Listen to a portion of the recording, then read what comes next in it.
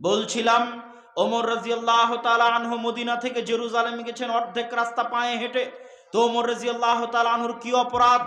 তিনি কি সালাত আদায় করতেন না? তিনি কি দান করতেন না? তিনি কি রাতে তাহাজ্জুদের সালাত আদায় করতেন না? সবই করতেন, তাহলে অর্ধেক রাস্তা পায়ে হাঁটলেন কেন? অর্ধেক রাস্তা পায়ে হেঁটে ওমর রাদিয়াল্লাহু তাআলা আনহু বুঝাতে চেয়েছেন ইসলাম মানে শুধু সালাত সিয়াম নয়।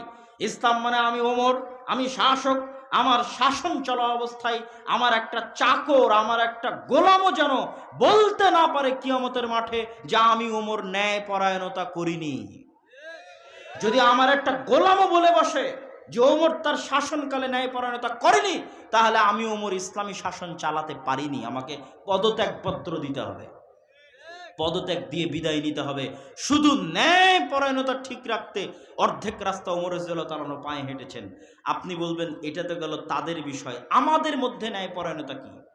আপনাদের মধ্যে ন্যায় পরায়ণতা দেখাচ্ছি। এত মানুষ এখানে উপস্থিত আছেন, সবাইকে লক্ষ্য করে জিজ্ঞেস করতেছি, আপনি নামাজি, আপনি হাজি, আপনি দানবীর, মসজিদ কমিটির সভাপতি, জালসার অতিথি, আপনার উদ্দেশ্যে আমার প্রশ্ন, আপনি যদি আপনার বোনের সম্পত্তি, আপনার বোন তার বাপের সম্পত্তিতে যে ভাগ পাবে, এই সম্পত্তি বুঝিয়ে দিতে গড়িমসি করেছেন, এই সম্পত্তি বুঝিয়ে দিলেও দেরিতে বুঝিয়ে দিয়েছেন, সম্পত্তি দেরিতে বুঝিয়ে দিলেও আপনি ভালো জায়গায় বোনকে সম্পত্তি দেননি, ভালোটা আপনি নিয়েছেন, পচাটা অচলটা বোনকে দিয়েছেন।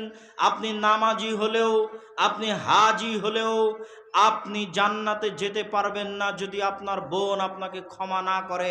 এর নাম ইসলাম, এর নাম ন্যায় পরায়ণতা। আপনি অসৎ, অন্যায় পরায়ণ, আপনার সালাত, আপনার সিয়াম, আপনার হজ আপনাকে জান্নাতে নিয়ে যেতে পারবে না। কেননা ইসলাম ন্যায় পরায়ণ দিন।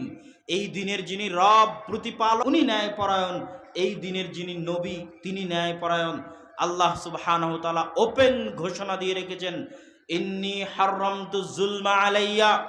শোনো দুনিয়ার মানুষ, আমি আল্লাহ তোমাদের রব হিসেবে বলছি, আমি আমার উপর জুলুম করাকে হারাম করে নিয়েছি। কেমন ভাবে হারাম করে নিয়েছি জানো? দুনিয়ার মানুষে মানুষে অন্যায় অবিচার করলে আমি তো মিটাবই, পশুতে পশুতে যদি অন্যায় অবিচার করে তো কিয়ামতের মাঠে পৃথিবীর কোথাও যদি মানুষ সামাজিক বিচারে, মেম্বার চেয়ারম্যানের দরবারে, এমপির দরবারে, জজ কোর্টে, হাইকোর্টে, সুপ্রিম কোর্টে কেউ যদি তার অধিকার না পায়, কেউ যদি ন্যায় পরায়ণতা না পায়, আর ওই মজলুম ব্যক্তিকে আমি আল্লাহ কিয়ামতের মাঠে যদি ন্যায় পরায়ণতা না করে দিতে পারি, ন্যায় বিচার না করে দিতে পারি, তাহলে আমি রব হিসেবে একজন মিথ্যুক রব। বলেন নাউজুবিল্লাহ।